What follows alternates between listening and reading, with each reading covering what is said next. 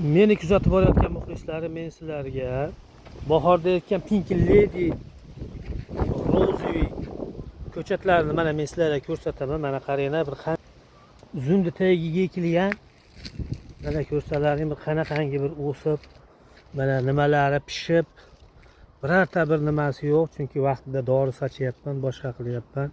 Mana shunaqangi hovlilarda shira tushadi. Mana ko'rsalaring, baklarini tay toza, mana chiroyli bo'lib o'syapti. Bunaqadan ko'pgina ekkanman, bog'imga yarasha shu 100 tadan oshiq bor. Mana ko'rsalaring, bir qanaqangi bir chiroyli bo'lib o'sgan, uzumgacha yetib qolgan, tokkacha. Mana shoptoli ham ekkanman, mana shoptollarimiz ham men xohlaganimdek bo'lib o'syapti.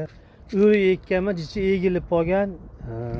Yakka liderlik deyiladi, o'zbekchasiga yakka boshliqlik deyiladimi, shu holatda o'stirib boryapman. Bu ham mana tokka yetib. Mana aytgan ham shunaqangi behi ekkanman, olma behimiz ham mana tokka yetib qoldi. Mana 2 metrdan o'sib qoldi. Buni ham o'sha bitta boshliqlik qilib ekkan. Bu ham xuddi shunday, mana bunisi ham baland bo'lib o'sgan. Mana yerda o'rigimiz ham bor, yonlarni kesib qo'yganman. Buni ham bitta yakka shox qilib o'stirmoqchiman.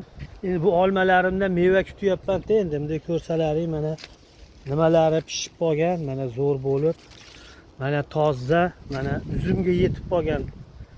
Shunaqangi bir holatga olib keldik. Hali bizda vaqt ko'p. Hali yoz turibdi, yana bir 2,5 oycha vaqtimiz bor, bemalol yana o'sadi.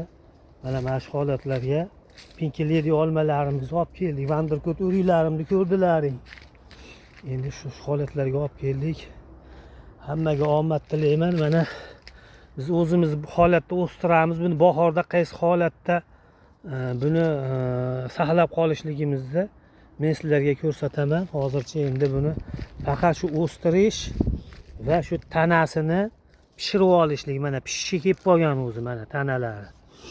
Menimcha yaxshi o'sgan bu. Hozirgi zo'r paytda zo'r o'sgan menimcha. Shu holatda mana o'smoqda.